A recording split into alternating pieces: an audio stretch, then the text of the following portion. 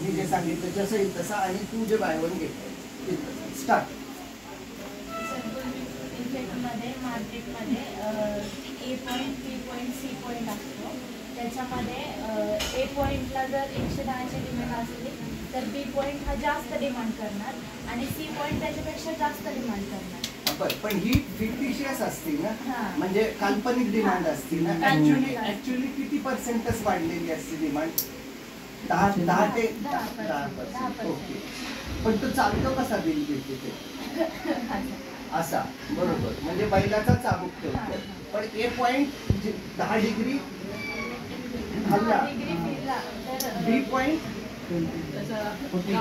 40 degree, अच्छा, 150.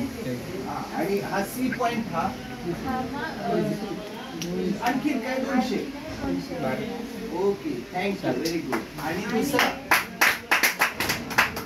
दुसरा sir, मी जिथे जॉबला होते तिथे बाय वन गेट वनचं ऑफर लागले. तिथे असं होतं की मार्केटमध्ये जेवढे डिमांड असेल ना, मग त्याच्यावर डिपेंड असायचं की ऑफर कोणती लावायची, 50% की बाय वन गेट वन. मग जरी बाय वन गेट वनची असेल तरी पण आपल्याला प्रॉफिट व्हायला पाहिजे, ह्याच्यासाठी थोडीशी प्राईस वाढून लावतात. ती लोएस्ट प्राईस असते ती फ्रीमध्ये भेटते आपल्याला, आणि हायेस्ट प्राईस असते ती आपल्याला शॉपकीपरला पे करावी लागते. मग लोएस्ट प्राइस मध्ये जी आपल्याला वस्तू मिळते त्याची क्वालिटी असते का फक्त प्राइस वाढवलेली असते? म्हणजे ती मार्केटिंग पॉलिसी आहे का? हां, मार्केटिंग पॉलिसी आहे ती, की आपल्याला प्रॉफिट व्हावा आणि कस्टमरचा लॉस पण नाही व्हावा, याच्यासाठी हायेस्ट प्राइस आपल्याला पे करावी लागते शॉपकीपर, आणि आपण लोएस्ट प्राइसची वस्तू आपण बाय वन गेट वन मध्ये फ्री घेऊ शकतो. 1.5 किमती. आणि मग याचा सप्लाय चेनवर परिणाम होतो का? सप्लाय चेन पुरवठा जास्त करावा लागतो का? वेअर हाऊसिंगला स्टॉक जास्त करावा लागतो?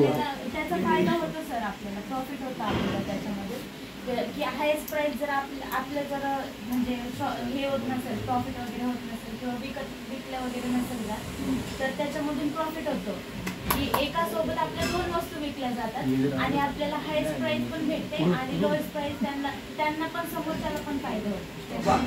थँक्यू. गुड.